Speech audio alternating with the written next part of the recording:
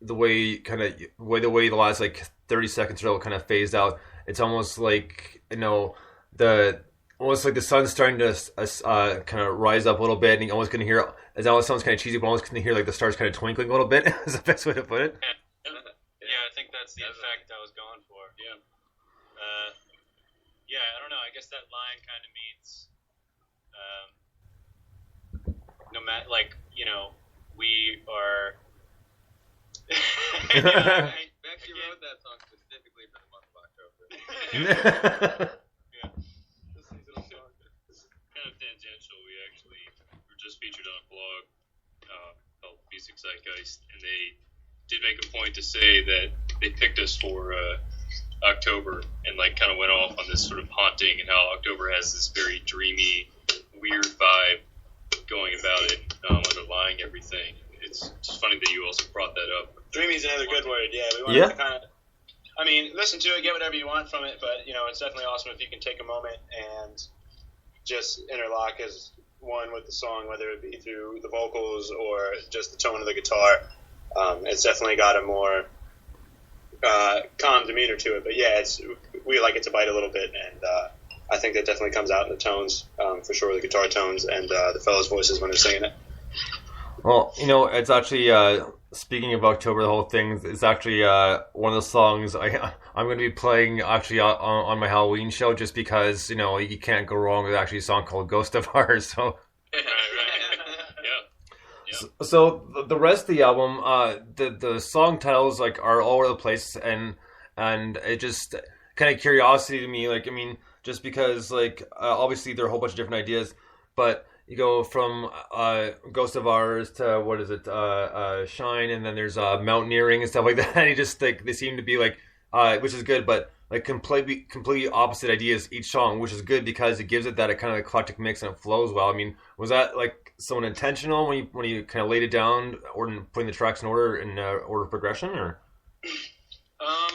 Well, I've always liked listening to albums where the songs kind of flow into each other. As far as like the names of the songs, I more so name a song before I even have lyrics to it. And just like, whatever the music kind of makes me feel, I just name the song that, you know what I mean? Even if it's like a loose lyric that I kind of ad-lib as I'm singing and playing guitar or whatever, like, Shine is like a perfect example of that. I just had like some vocal melody in my head and I would just, shine, name of the song. So the sounds will set the image for most of us, and what happens from there is just all what naturally stems off of that original structure, which was whatever feeling, mood, picture was painted in our heads when we hear, or when Zach hears stuff that he writes when he starts out. Yeah. I like the fact that you brought that up, because like it is a lot of times, obviously everybody's writing habits are different, and that's fine. They're going to vary, and that's what makes the band more unique and interesting. But there's very, very few people that I've interviewed or that I've heard of who come up with a song title first and then the music. I mean, that's a great formula because it's a completely different approach, and obviously it's worked for you. And it just that's very interesting to me because, like, I guess, well, not normal people, kind of generalizing here, but most people would think, the either the music or the lyrics have got to come first, not the song title, right? Right. Exactly.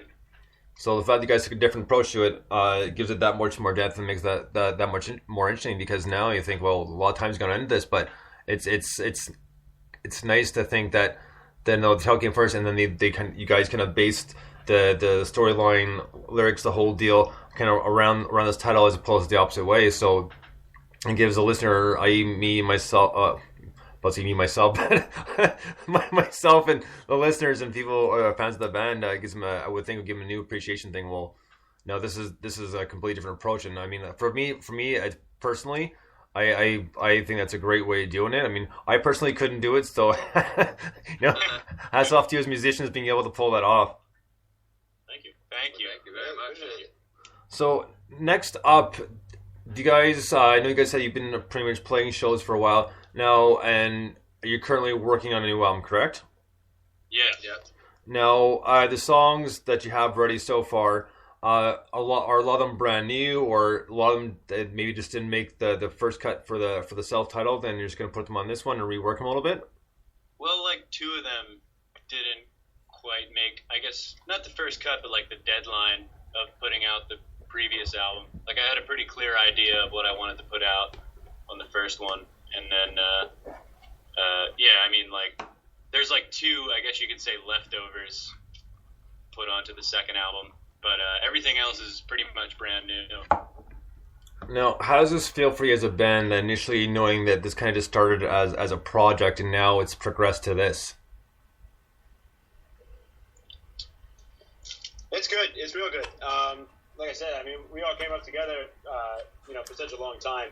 So to get to a point where we're finally seeing, I don't want to call it a dream. I think we always knew where we wanted it to end up, but to see it materializing into something that we can share with our friends and family and strangers, it's cool, because as much as it's something that you do because you love and because it's fun, it's also a business and it's a product, as is every song is its own feature. Everything embodies its own life. So to be able to get to this point together where it's finally breaking through and we're able to reach more listeners and better places, we couldn't really ask for much more. We all love hanging out. We all love getting music together, playing together. And right now we're just shooting to get that and ourselves and our product to the best stages and the best audiences that we possibly can. So I think for the most part we're pretty ecstatic with all the opportunities that we've had thus far and the ones that are sprouting out as we go along. Yeah, we're very excited to be working on this next album, because it just, everything kind of cohered, just sort of tangentially running into what Andy was saying, like everything now is just locked into place so much, and to just feel this momentum pushing towards this next album, I think it's going to be something that's really great, and it's really going to spread out a lot faster than the first one did, now that we have that initial ground kind of covered. And I think it's great because it started as something that I was working on in my bedroom, and like mom telling me to shut up, that kind of thing. And now it's kind of turned into something where I don't think I could do it without the guys involved.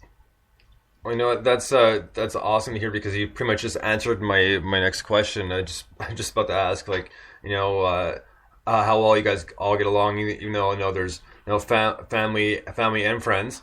I mean, sometimes there can be difficulties, but it doesn't matter really who you are.